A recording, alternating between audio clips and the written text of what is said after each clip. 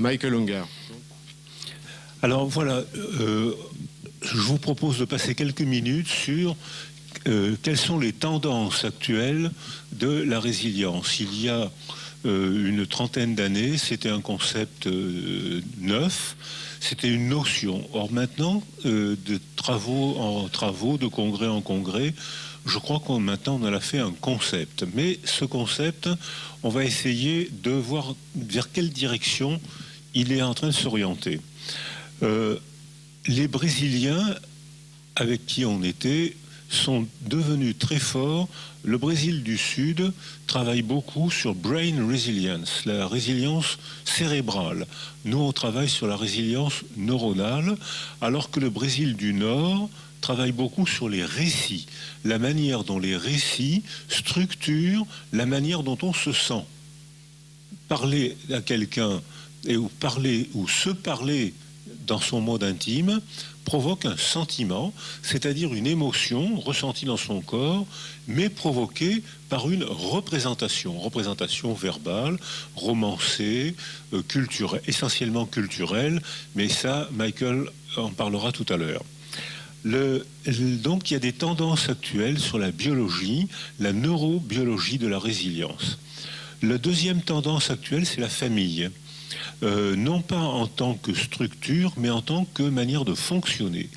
Et dans un groupe qui se réunit régulièrement, il y a Stéphane Hendricks et Moni El-Kaïm réfléchissent beaucoup à la manière dont une famille fonctionne. C'est-à-dire qu'il y a des familles qui fonctionnent de manière ouverte et qui encouragent la résilience, et au contraire des familles qui fonctionnent de manière close, fermée, qui encouragent la répétition, la rumination, c'est-à-dire qui empêchent le processus de résilience.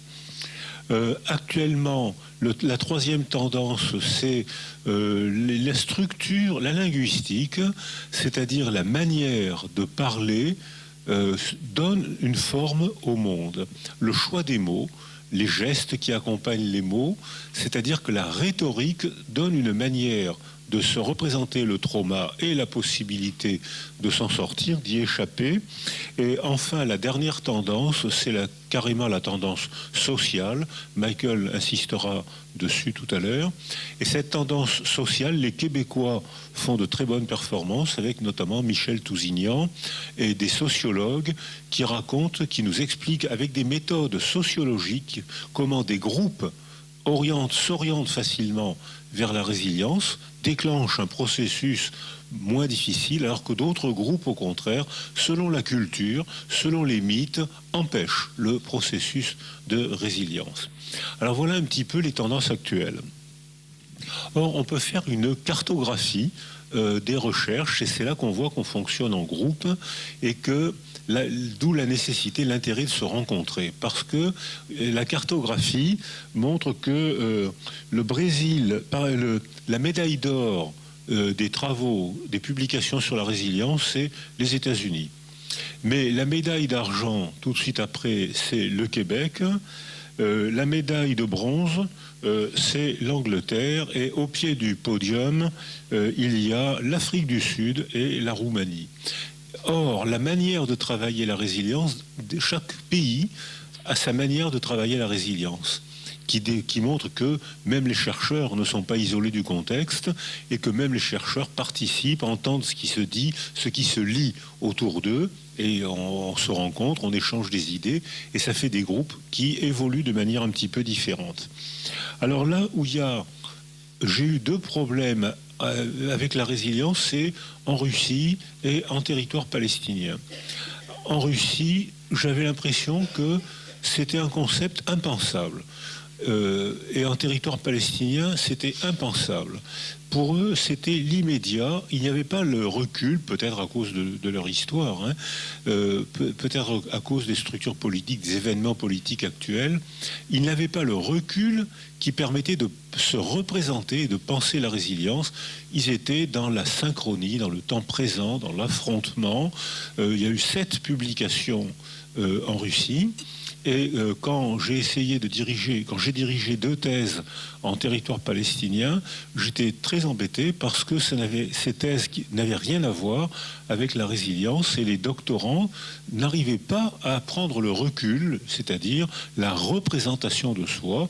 Ils étaient dans l'immédiat. Et quand on est dans l'immédiat, on est dans l'affrontement, on est dans le traitement des agressions quotidiennes, on n'a pas le recul pour prendre la résilience. Alors le mot, la définition est tout de même très simple.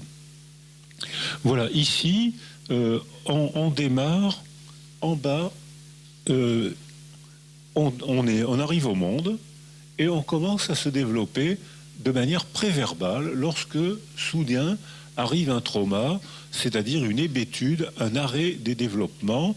Les psychanalystes parlent de côtoiement de la mort, soit mort imminente, soit parce qu'on la pressent, soit parce qu'autour de nous, un être auquel on est attaché meurt ou va mourir, et de toute façon, on doit côtoyer la mort.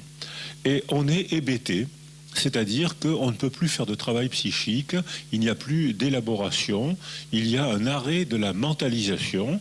Et à ce moment-là, on voit qu'après, certains reprennent un développement très vite, même parfois meilleur que ce qu'ils auraient pu obtenir s'il n'y avait pas eu de trauma. C'est des résiliences compensatoires. La plupart comme nous tous dans la salle, reprennent un développement, parfois bon, parfois moins bon, et puis se développent tant bien que mal, ce qui ne veut pas dire qu'ils oublient, mais ça veut dire qu'ils se remettent à vivre avec le trauma dans la mémoire, dans le corps, ou dans la famille, ou dans la société. Mais ils se remettent à vivre, et s'il n'y a pas de reprise de vie, eh bien c'est l'hébétude, le syndrome psychotraumatique. On ne parle pas de résilience. C'est-à-dire que la définition est étonnamment simple, elle est même logique. Quand on est blessé, comme on fait quand on est blessé, traumatisé, on a tous cette réaction, comment on va faire pour s'en sortir?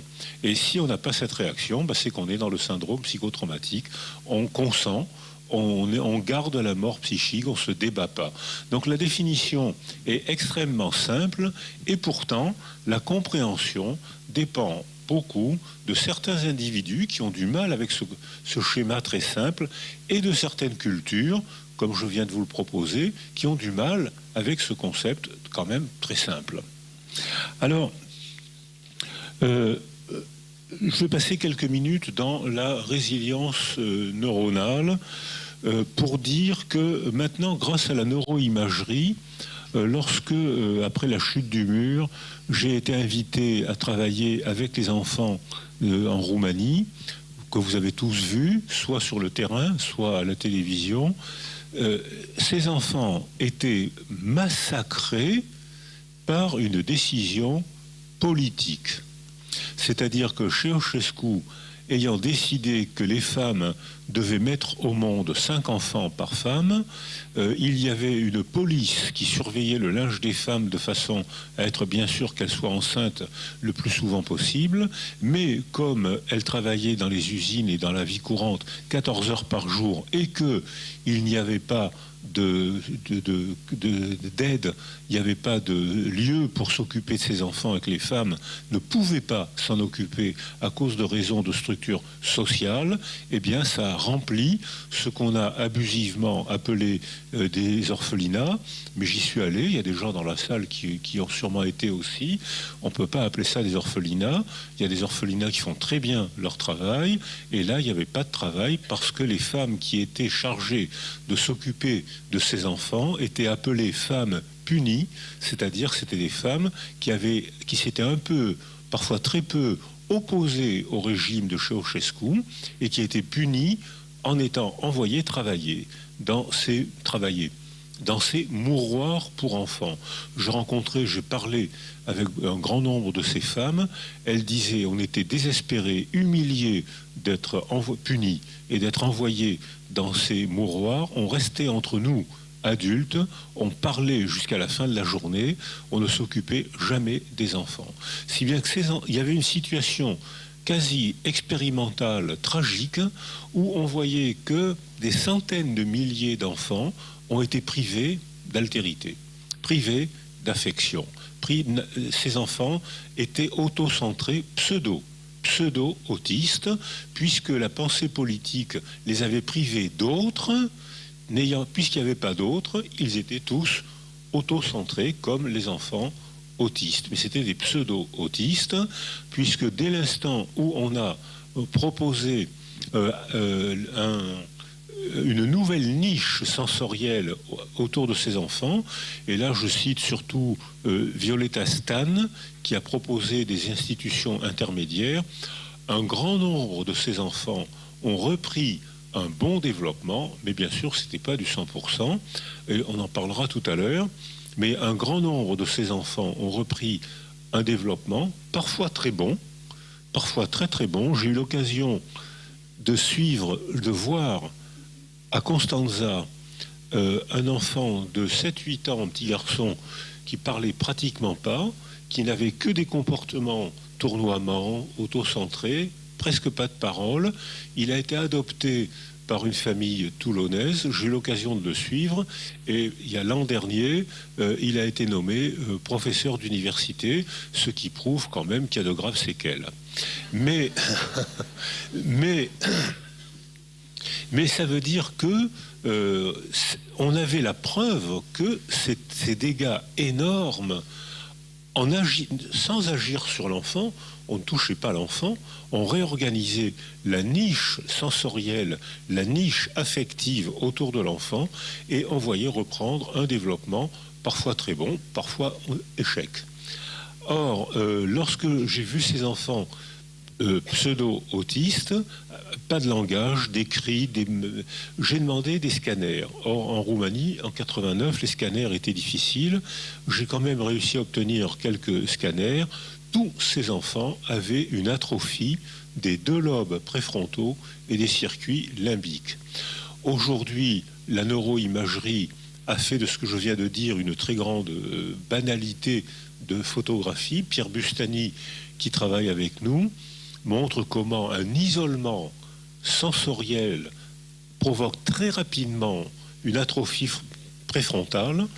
Et même, il nous a montré un jour un homme qui avait été mis en prison en isolement de parole pendant 3 semaines. Personne ne lui avait parlé parce qu'il avait été mis au mitard. 3 semaines après, il commençait une atrophie temporo-limbique droite. C'est-à-dire qu'on a un nouveau mode de raisonnement. Il ne s'agit pas de mettre d'un côté le corps et de l'autre l'âme, comme notre culture dualiste, j'allais dire clivée, comme notre culture dualiste occidentale le fait. D'autres cultures ne le font pas. Nous, on met le corps, la matière d'un côté, et de l'autre l'immatière, l'âme, qu'on ne peut pas mesurer, ni peser, ni voir. Eh bien, on voit maintenant ce genre d'observations qui ont été refaites des milliers de fois. Maintenant, dans les congrès de neurologie, on voit des zones altérées très rapidement selon la structure du milieu. C'est-à-dire que le cerveau est sculpté par la structure du milieu.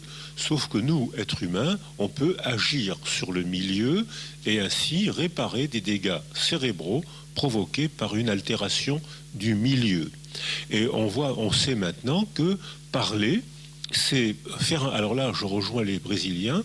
Parler, c'est une fonction affective bien plus qu'une fonction informative, donc c'est s'affecter, et on voit que le cerveau, quand on parle, notre cerveau s'entraîne à fonctionner d'une manière spéciale, et quand on parle à quelqu'un, eh bien on stimule certaines zones cérébrales. Et maintenant, on a vu il n'y a pas longtemps comment un bébé, lorsqu'il arrive au monde, son hémisphère gauche, c'est la zone des sons. Et lorsqu'on parle à ce bébé ou lorsqu'on parle autour du bébé, on voit la zone des sons se sculpter, se réduire et se transformer en 15-20 mois en zone du langage. C'est-à-dire que le cerveau a été sculpté par les paroles prononcées autour du bébé. Alors là, Mamie Dolto, elle était folle de bonheur parce que c'était sa thèse. C'est-à-dire que c'était sa thèse. Alors, maintenant, il y a des choses très émouvantes qui sont publiées sur ce sujet. Et bien sûr, je le dirai tout à l'heure, on va aller trop loin, comme on l'a fait pour la biologie, comme on l'a fait pour la psychanalyse, comme on l'a fait pour tout. On va aller trop loin et on va trop faire parler la neuroimagerie. On va la faire parler jusqu'à l'absurde, mais on en parlera tout à l'heure. Alors, ce mode de raisonnement, donc, c'est un raisonnement systémique. Je pense que Michael Unger, tout à l'heure, reprendra ce mot. Déjà, Gérard a parlé de pensée complexe, mais c'est une pensée systémique. C'est-à-dire qu'on agit sur un point du système, ce qui permet de modifier la fonction de l'ensemble du système. Et là, je reprends une phrase de Moni El-Kaïm. C'est-à-dire qu'on ne peut pas tout corriger, mais on ne peut pas tout contrôler, mais dès l'instant où on a un mode d'entrée dans l'âme, dans l'esprit de l'autre, par les mots, par les gestes, par la sécurité affective, par une foule d'interactions, en agissant sur un sous-système, on modifie le fonctionnement de l'ensemble du système. Alors ça, c'est très optimiste au point de vue thérapeutique, parce que il suffit de comprendre une chose pour modifier l'ensemble. Alors la résilience familiale, actuellement, elle donne de bons problèmes, de bons résultats. Aux États-Unis, c'est Froma Walsh qui est leader de la résilience familiale. En France, c'est Michel Delage qui, à mon sens, est le plus intéressant pour parler de résilience familiale. Mais comme dit Michel, il est très clair, on comprend tous ces mots, toutes ces phrases, mais comme il dit, c'est pas toujours un avantage d'être clair. Si on veut être cité et si on veut être entré dans la littérature, il est bon de dire des choses que les autres ne peuvent pas comprendre. À ce moment-là, on peut se faire une carrière. Alors, on est en train de travailler actuellement dans un autre groupe sur le troisième âge, la pensée et la mémoire, puisque maintenant on a une espérance de vie incroyable. Une petite fille qui arrive au monde aujourd'hui, probablement va vivre un siècle, alors qu'elle va vivre un siècle. Alors que jusqu'à la découverte de Semmelweis sur la prophylaxie de l'accouchement, l'espérance de vie des femmes était de 36 ans. Donc les hommes mouraient vers 55-60 ans, donc c'était pas la peine d'inventer le divorce, puisqu'il suffisait d'attendre qu'elle meure. Donc mais maintenant, ça a changé maintenant. C'est elles qui nous enterrent. C'est elles qui ont le dernier mot. C'est-à-dire que... Et elles ont le premier mot aussi. Alors là, s'il y a des théoriciens du genre dans la salle, mon espérance de vie va être réduite parce que on a des méthodes d'évaluation comportement linguistique, comportement de langage. Et on sait qu'une petite fille, un bébé fille de 17 mois, dispose déjà d'un stock de 50 mots, d'un début de phrase et même d'un début de double articulation, performance intellectuelle que les garçons ne feront que à 22 mois. Alors, si les théories du genre ont raison, ça veut dire que la culture favorise formidablement les filles. Si les théories du genre ont tort, ça veut dire que être une fille, c'est radicalement pas être un petit garçon. Voilà, on aura la réponse certainement dans un siècle ou deux, quand on aura fini les travaux. Alors, on disait hier soir, c'est que le traumatisme est très difficile à définir et même et encore plus à évaluer. Parce que ce qui déchire l'un fait sourire l'autre. Et qu'on voit des gens traverser des épreuves épouvantables et ils s'en remettent très rapidement, alors qu'on voit d'autres gens s'effondrer et souffrir réellement. La souffrance est réelle pour quelque chose qui les fait, qui les déchire, et son voisin dit « mais je ne comprends pas pourquoi ça te fait souffrir autant ». Parce que Papa Freud l'avait déjà dit, ça, il n'y a pas de barème de traumatisme, puisque chacun, à cause de son développement, de la signification qu'il attribue aux événements, eh bien, peut être très bien déchiré par la mort du petit chat, alors que le même pourra très bien traverser une guerre en souriant. Ça dépend de la signification qu'il attribue.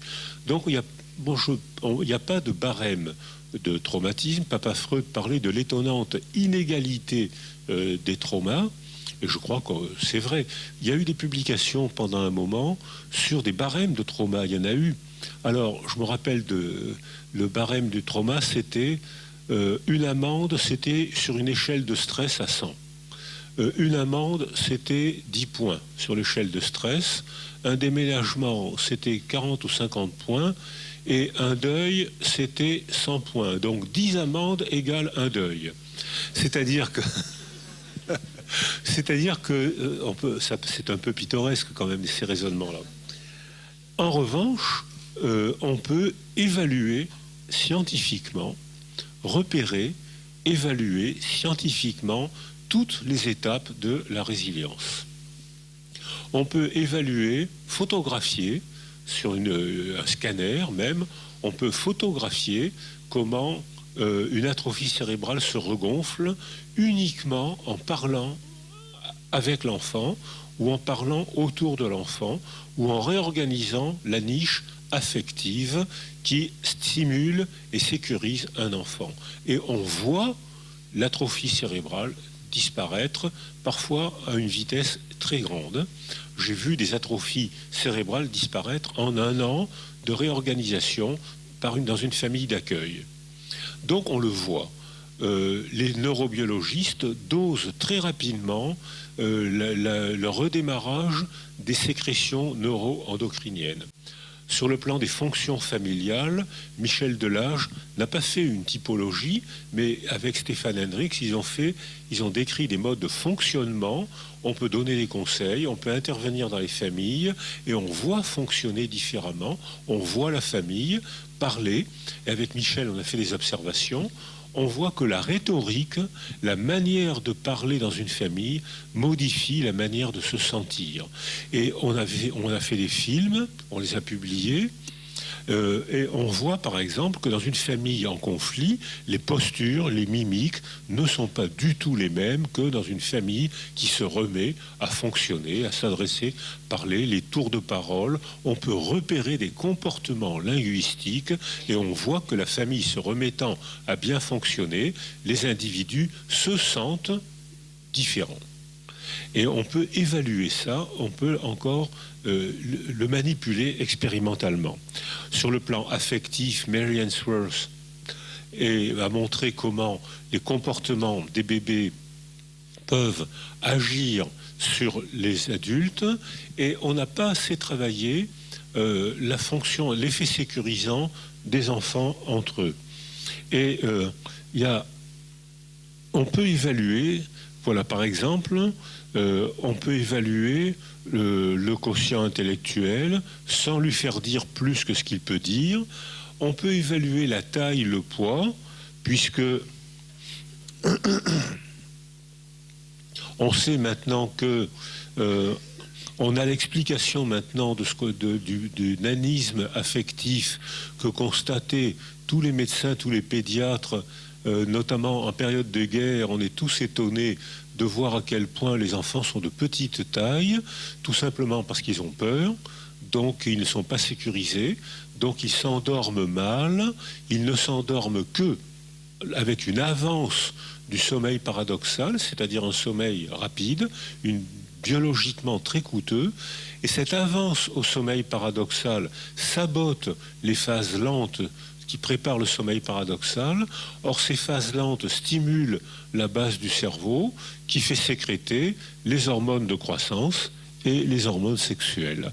Et on voit que dès qu'un enfant est dans des bras sécurisants, l'architecture de son sommeil se régularise en 1 ou 2 nuits, que la sécrétion des hormones sexuelles et des hormones de croissance se remet en place en 1 ou 2 jours, et que la taille suivra, et en quelques mois, l'enfant va rattraper son retard de taille, de poids, et il va rattraper aussi ses performances intellectuelles.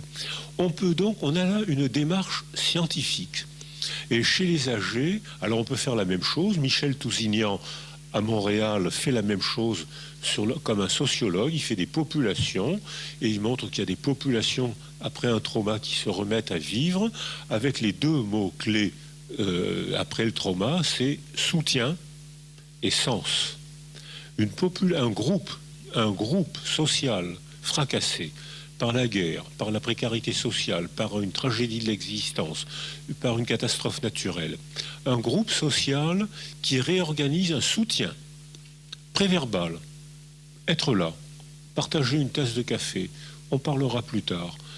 Même la tasse de café préverbale est déjà sémantisée.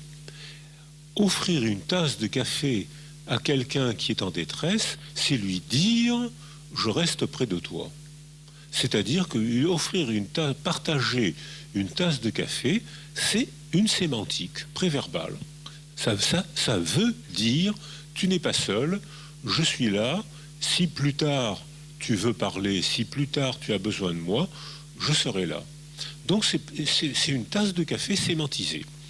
Alors, le soutien, et Michel Tousignan nous dit, le sens, c'est les 2 mots-clés de la résilience sociale, c'est-à-dire que Michael Unger en parlera probablement tout à l'heure, c'est-à-dire que le sens, il ne peut venir que des récits qu'on fait de ce qui nous est arrivé. Alors là, on peut évaluer, et je participe à beaucoup d'évaluations actuellement pour des institutions qui, en France et à l'étranger, s'occupent d'enfants, soit d'enfants des rues, soit en France, c'est difficile parce qu'il y a plus d'orphelins. Maintenant, il y a presque plus d'orphelins, mais il y a beaucoup d'enfants qui sont mis dans ce qu'on appelle des institutions. On n'appelle plus ça des orphelinats, mais beaucoup d'enfants sont mis dans des institutions parce que leurs parents sont déchus de leurs droits parentaux. C'est-à-dire que là, le trauma, c'est pas une heure, c'est pas une guerre, c'est pas une inondation. Le trauma, c'est des années d'agression quotidienne, plusieurs fois, au cours du développement de la personnalité d'un enfant. Et là, l'enfant est très altéré. Eh bien, on est en train de faire des évaluations actuellement avec des critères sociologiques, diplôme, résultats scolaires, diplôme, résultats scolaires, diplôme, acquisition d'un métier, faire un couple, avoir payé des impôts, on peut compter le nombre d'amis. On a des évaluations pas très difficiles à faire qui montrent que lorsque l'institution s'occupe de ses enfants, elle en récupère beaucoup. C'est pas du 100%, ça sera jamais du 100%, mais c'est du beaucoup %. Or, on nous disait le contraire il n'y a pas longtemps. Moi, je passais mon enfance et ma médecine et psychologie à entendre dire ces enfants sont foutus. C'est la malédiction. Dire ces enfants sont foutus, c'est la malédiction. C'est-à-dire que c'est pas 10 ans ces enfants sont foutus, on s'en occupe pas, et effectivement, ils deviennent foutus.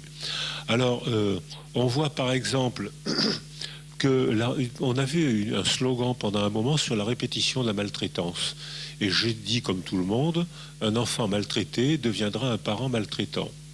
Annick Dumaret, dans plusieurs institutions, prend une population de 170 enfants maltraités, parents déchus, donc longue maltraitance répétée jusqu'à la déchéance parentale. Ces enfants ont été confiés dans des institutions. Aucun d'entre eux n'a répété la maltraitance, parce que la niche sensorielle les a sécurisés et dynamisés et a permis un processus de résilience. Alors, je vais terminer là-dessus, c'est-à-dire que on a des repères scientifiques, biologiques, comportementaux, psychologiques, sociaux. On a des repères qu'on peut évaluer, qu'on peut réfuter, c'est-à-dire que si vous n'êtes pas d'accord, vous avez une méthode, une possibilité de refaire l'observation et de la critiquer, donc de la faire progresser. Or, c'est une attitude totalement différente du dogme. C'est pour ça que quand on se rencontre dans des groupes, qui est des chercheurs sur la résilience, souvent on est en désaccord, mais c'est bien, c'est la preuve que on cherche à avoir une attitude scientifique, parce que si on était dogmatique, il n'y aurait pas de désaccord. Celui qui n'est pas dans un groupe dogmatique, celui qui n'est pas d'accord, il est chassé du groupe. Il est excommunié, il est torturé, il est rééduqué, il est déporté, il est chassé du groupe. Alors que là, on est souvent en désaccord et on continue à aller au restaurant ensemble. Donc, ce qui prouve que c'est un groupe scientifique et non pas un groupe dogmatique. Alors, je vais terminer par les points faibles. Et il y a des points faibles, bien sûr. C'est ces enfants ou ces adultes qu'on ne récupère pas. Il y a le point faible, c'est le moment de survenue du trauma, avant la parole, après la parole.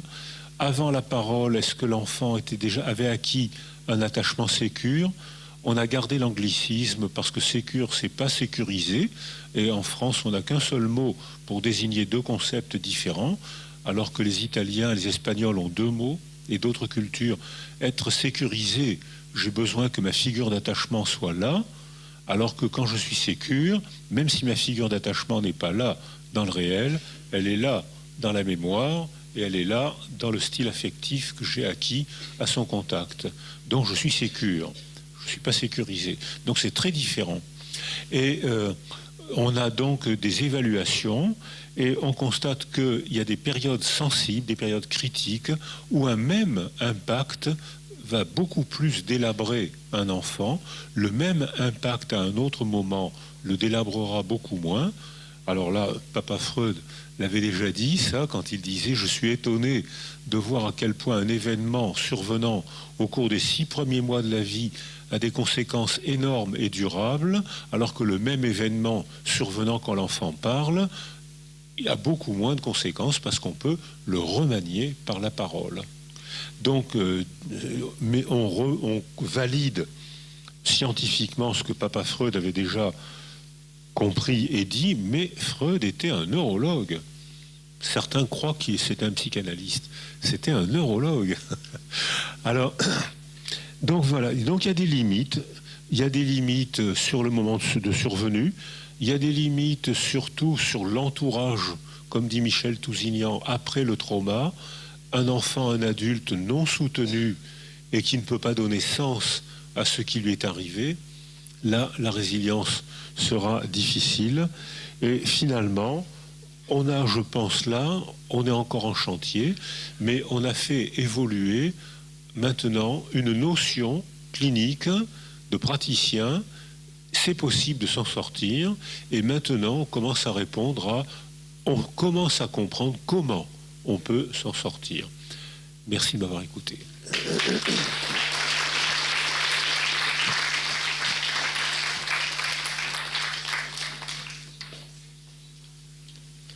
Alors, si vous regardez dans le Vidal, à Cyrulnik, vous avez produit qui a un effet pharmacodynamique incontestable que chacun a pu vérifier ici, donne le sentiment d'être intelligent. Effet indésirable, addiction possible. Oui, Boris, peut-être on peut discuter juste 1 ou 2 minutes autour, et puis peut-être il y a des questions dans la salle, parce que effectivement on a le sentiment d'avoir bien compris ce que tu as dit. Il me semble que les 2 idées clés que tu développes à travers tous tes ouvrages, et qu'il est bien difficile de résumer, la première, c'est que le traumatisme lui-même est le germe du néo-développement. Boris nous a dit, il y a un développement, on n'est pas après comme on l'était avant. La deuxième idée clé, qui sera d'ailleurs rejointe par les travaux de Michael Ungar, c'est l'idée des tuteurs de résilience. Alors je trouve que c'est d'abord une belle image, cette idée de tuteur de résilience, et j'aurais aimé que, au fond, que tu nous dises par rapport aux tuteurs de développement, ce que sont réellement les tuteurs de résilience. Alors, aucun enfant ne peut vivre sans tuteur de développement. Et Anna Freud parlait de lines of development. Mais aucun enfant, un enfant seul, n'a aucune chance de se développer. Un enfant seul n'existe pas. Un homme seul non plus d'ailleurs. Alors, les tuteurs de développement, les femmes seules non plus. Et là, alors, un tuteur de développement, c'est-à-dire, c'est la manière de la vie quotidienne. Il y a des énoncés, des interdits préverbaux. Les bébés comprennent. Hein. Quand le bébé explore le visage de sa mère, donc il met les doigts dans la bouche, elle dit rien, elle met les doigts dans l'oreille, elle dit rien, les doigts dans le nez, elle dit rien, les doigts dans les yeux. Hop, le bébé comprend. Interdit préverbal. Il baisse, il met les mains, il a un comportement qui nous permet de comprendre qu'il a compris que ce n'était pas possible. Alors ça, il y a les tuteurs de développement, nourrir, jouer, parler, gronder, la vie quotidienne. Là, ça, c'est les tuteurs de développement qui structurent la niche sensorielle autour d'un enfant. Et ces tuteurs de développement sont déjà culturellement déterminés. On ne s'occupe pas d'un bébé de la même manière dans des cultures africaines que dans les cultures asiatiques, que dans les cultures occidentales. La niche sensorielle qui tutorise le développement des enfants est culturellement déterminée. J'ai travaillé au Congo, qui est un pays en détresse économique. Les enfants ne sont jamais seuls grâce à la culture congolaise. Les enfants ne sont jamais seuls. Et alors que c'est une détresse économique et une détresse politique. Hein. Mais les enfants se développent très bien dans un premier temps. Ils se développent difficilement quand ils arrivent à l'âge de la socialisation, parce qu'il n'y a que la guerre, il n'y a pas de métier, il n'y a que la guerre et $1 par jour. Alors là, bien sûr, ça devient difficile, mais les bébés, les enfants se développent très bien dans une culture incroyablement pauvre. Or, en Occident, ces tuteurs de développement sont différents. En Occident, on pense qu'il faut la chambre du bébé à distance. C'est-à-dire qu'il ne doit pas être près du corps de la mère. Et le premier tranquillisant naturel, c'est le corps des femmes. Après, ça nous tranquillise un peu moins après. Mais dans un premier temps, pour un bébé, le tranquillisant naturel, c'est le bébé qui se blottisse contre le corps d'une femme. Alors, les hommes aussi peuvent avoir un effet tranquillisant, mais Lamb, qui est un éthologue suédois, a fait une publication puisqu'en Suède, maintenant, beaucoup d'hommes restent à la maison pendant que les femmes vont travailler. Donc les rôles sociaux sont inversés. Eh bien, contrairement à ce que disent les théories du genre, les bébés gardent une préférence tranquillisante pour le corps de la mère, même quand la mère part le matin et rentre le soir, c'est quand même elle qui garde l'effet tranquillisant supérieur au corps des hommes, même si un homme peut être une bonne mère, à condition de ne pas donner le sein. Mais donc il y a une asymétrie des sexes. Alors, le tuteur de résilience, c'est autre chose. Il y a eu un fracas.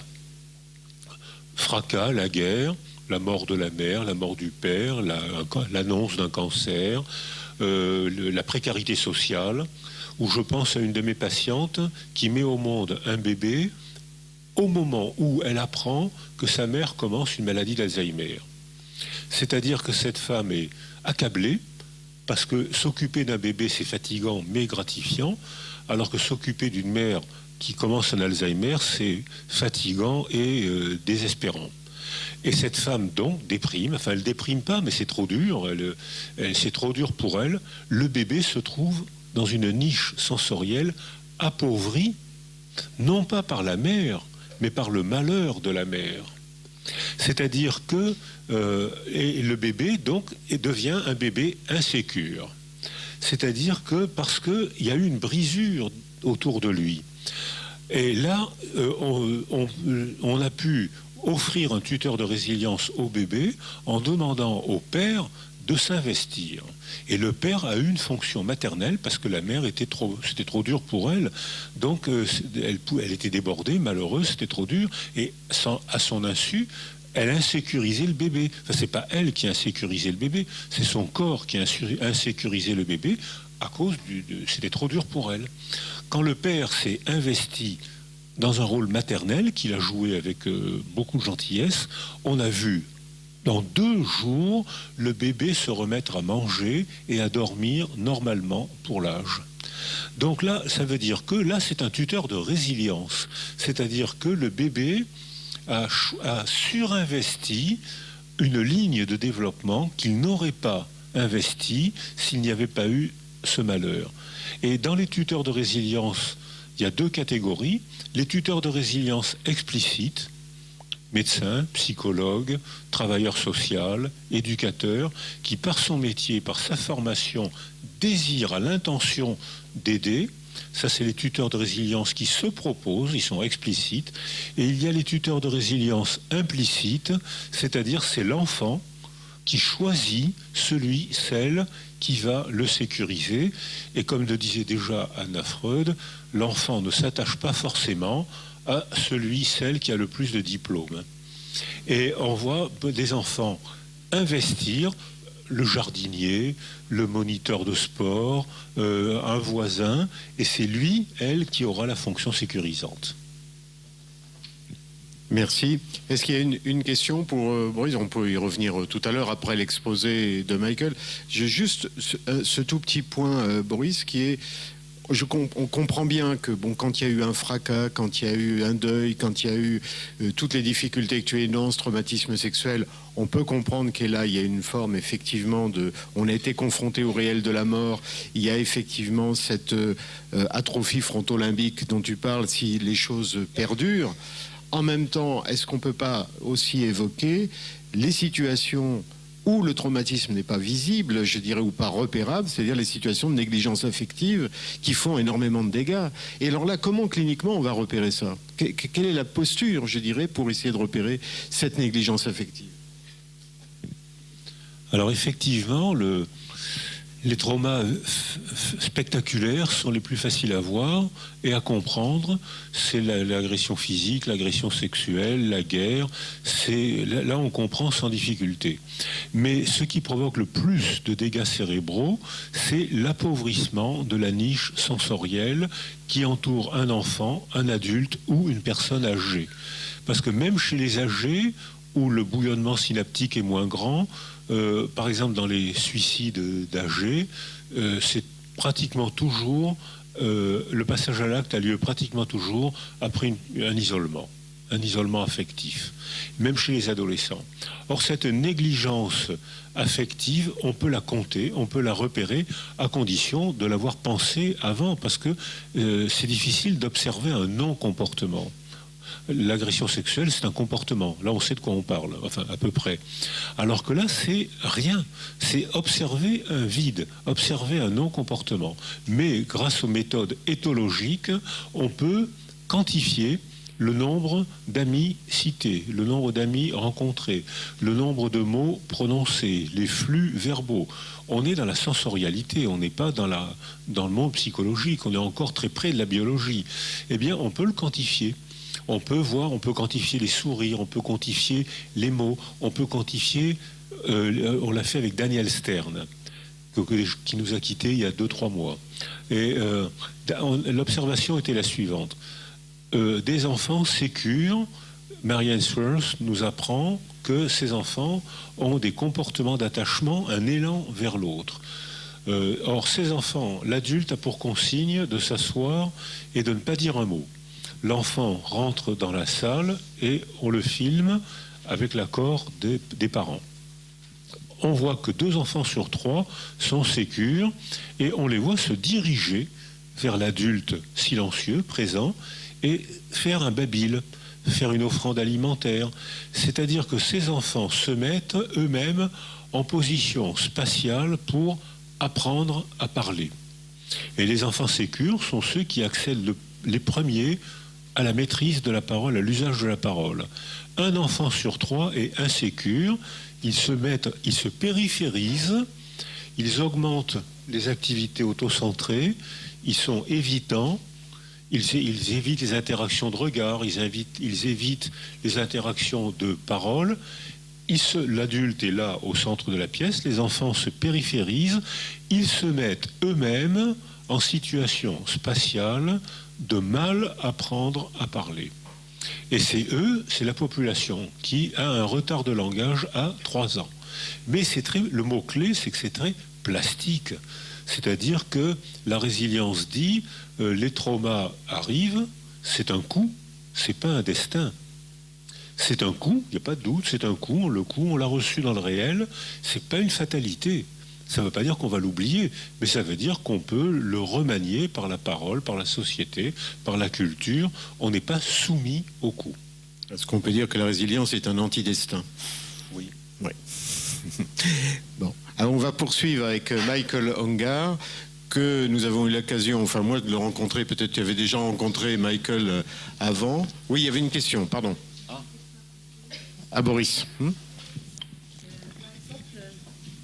Dans une famille de 2 enfants vivent la même situation qui est traumatisante, on va dire. Et un enfant va parler et l'autre ne va pas parler jusqu'à 4 ans. Comment ça se fait qu'il y en a un qui arrive? Bon, le premier est un garçon, je signale parce que c'est peut-être important, je ne sais pas. Le premier est un aîné, est un garçon. Le deuxième est une fille et ne parle pas jusqu'à 4 ans. Et il est prouvé que cette petite fille n'est pas muette. Comment on peut expliquer cette différence en ayant vécu des situations similaires? La réponse est simple, c'est parce qu'ils n'ont pas vécu une situation similaire. C'est-à-dire que les enfants n'ont pas les mêmes parents et les parents n'ont pas les mêmes enfants. C'est-à-dire que l'enfant arrive au monde, il n'a pas le même sexe, il arrive au monde, il n'a pas la même signification. L'aîné arrive au monde, il n'y a pas d'enfant autour de lui. Quand le deuxième arrive au monde, il y a déjà un enfant autour de lui, c'est-à-dire que la structure de la niche n'est déjà pas la même. C'est pas le même moment. Peut-être que statistiquement, le premier enfant est souhaité dans 75% des cas, le deuxième dans 50% des cas, le troisième dans 20% des cas, et le quatrième dans 0,5% des cas. C'est-à-dire que l'interaction affective n'est pas la même, c'est pas le même numéro dans la fratrie, c'est pas le même âge pour les parents, c'est pas la même signification pour les parents, donc il n'y a pas de situation similaire. Chaque enfant a un développement différent, le sexe joue un rôle, la signification que les parents attribuent au sexe joue aussi un rôle, la culture, donc tout joue un rôle parce que la niche sensorielle n'est pas du tout la même pour un enfant et pour un autre, et même j'espère qu'on travaille avec Claude de Tichet et Joël Liguezolo qui ont commencé à faire des travaux sur les traumas chez les jumeaux.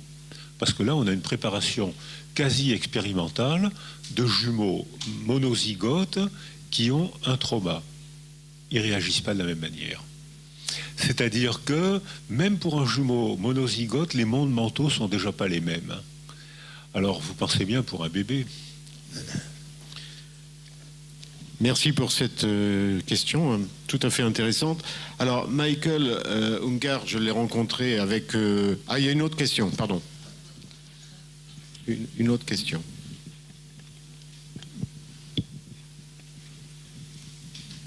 Merci, bonjour. Je serais tout à fait intéressée du coup de vous entendre vous exprimer sur ce qu'on peut considérer comme faisant seuil pour définir une situation maltraitante pour un enfant.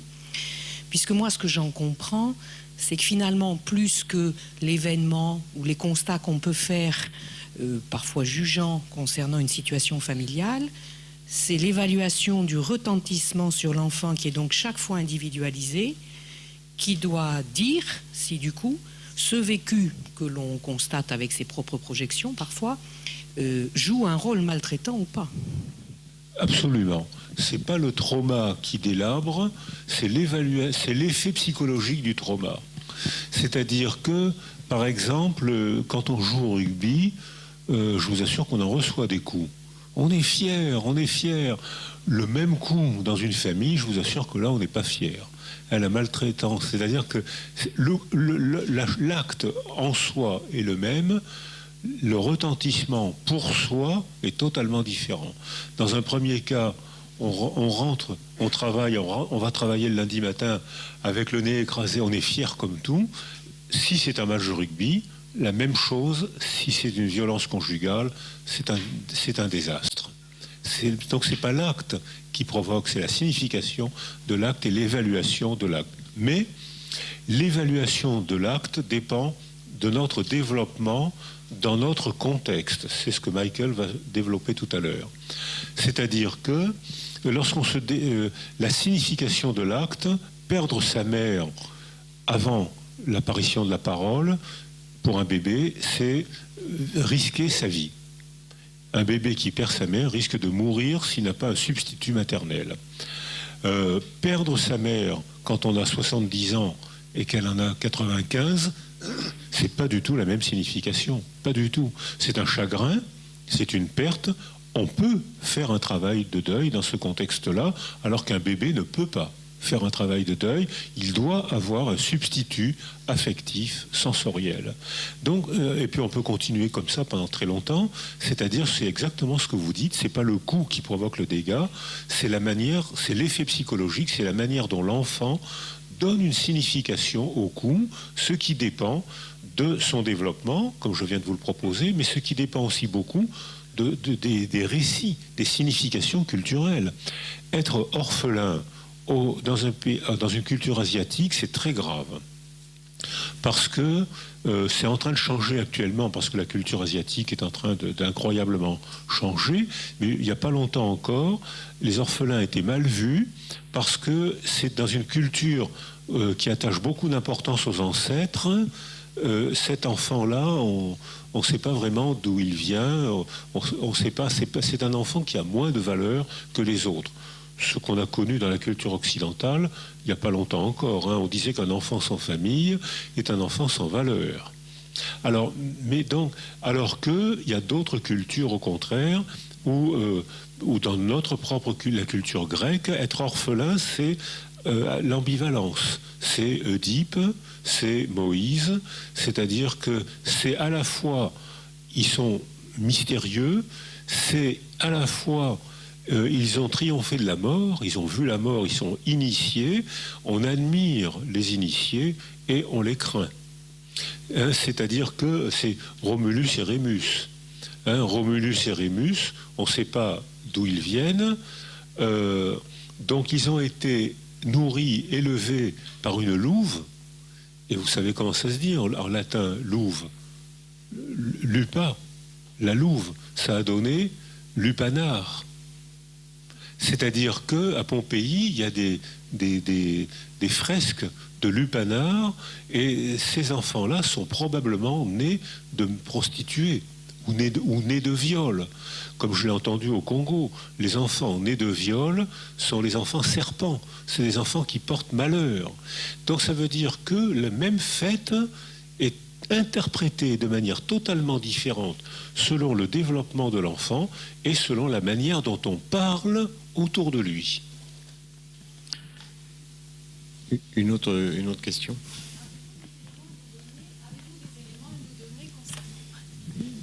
Excusez-moi. Avez-vous des éléments à nous donner concernant la résilience selon l'âge ? Est-ce que c'est plus facile pour les enfants d'être résilients que pour les adultes ? Est-ce que la résilience en fonction de l'âge, est-ce que c'est plus facile pour les enfants ? Est-ce qu'on peut voir aussi cette résilience chez les sujets très âgés ? Alors, comme je dis toujours, la résilience, on peut douter de l'efficacité de la résilience, ça marche beaucoup moins bien à partir de l'âge de 120 ans. Mais jusqu'à 120 ans, ça peut marcher. Mais les outils, les armes de la résilience ne sont pas les mêmes. Pour un bébé préverbal, c'est le corps à corps, sécurité affective. Pour un enfant qui parle, c'est l'explication, la fable, la petite histoire, la chansonnette, c'est mettre des mots pour structurer l'émotion. Pour une personne âgée, c'est aussi, la résilience existe, puisqu'on a un groupe de recherche qu'on a appelé résilience et vieillissement. Et ça fonctionne encore, mais là, c'est plus neurologique. Les synapses d'une personne âgée arrêtent de bouillonner, alors que pour un bébé, c'est 200 000 synapses par minute pendant les premières années. Et pour une personne âgée, ça bourgeonne encore un peu, mais ça synaptise beaucoup moins.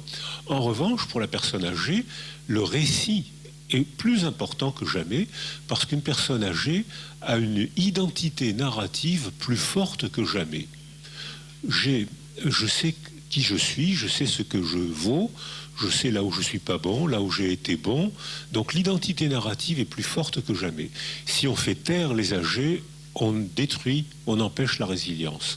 Et si on leur donne crée culturellement des lieux de parole, on va voir. Alors les universités, on dit plus université du troisième âge maintenant, on dit.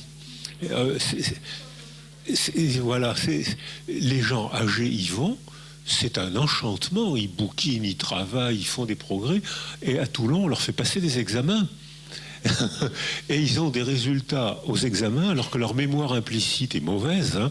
À partir de 40 ans, la mémoire implicite, elle en prend un coup. Hein. Mais la mémoire implicite est mauvaise, ils ont des résultats scolaires meilleurs que les jeunes. Parce qu'ils ont investi, ils travaillent mieux, ils planifient, ils prennent le temps, les âgés ont le temps. C'est paradoxal. C'est les jeunes qui sont toujours au sprint et les âgés ont toujours le temps. C'est pas logique, mais c'est comme ça, parce que la représentation du temps, quand on est âgé, on a une longue vie derrière soi et une représentation, un avenir infini et indéfini devant soi. Donc ça veut dire que la résilience est toujours possible, mais que les facteurs, les outils de la résilience ne sont pas les mêmes selon les stades du développement. Merci. Bon, mais écoutez, je vais essayer de synaptiser, comment on peut dire ça, synaptiser 2 ou 3 neurones pour présenter Michael, que nous avions entendu avec bonheur à Rio et à Salvador de Bahia l'an dernier, quand il était venu nous présenter ses travaux. Alors, Michael Ungar est dirige le Resilience Research Center. Il travaille avec une dizaine de pays sur différents projets d'études. Il est brillant. Il est beau, il est jeune, il a écrit déjà plus d'une dizaine d'ouvrages, je le déteste. Voilà. Il fallait le dire quand même. Hein. Alors, Michael va nous faire donc nourrir la résilience à travers une approche socio-écologique, et ce qui va tout à fait dans le droit fil de ce qu'évoquait Boris tout à l'heure, c'est-à-dire on ne peut plus être dans une pensée effectivement linéaire, il faut penser les choses en termes d'interaction. Au fond, dès le début de la vie, il faut les penser aussi en termes d'intersubjectivité et d'interaction, et je crois que tout ton travail précisément consiste à repérer les différents facteurs de l'environnement qui vont permettre cette résilience, mais peut-être que tu as une autre approche différente, peut-être une approche un peu différente de celle de Boris, sur les grands principes de la résilience tels que tu les conçois. Voilà, tu as 2 ou 3 heures. Ouais, non, quelques minutes.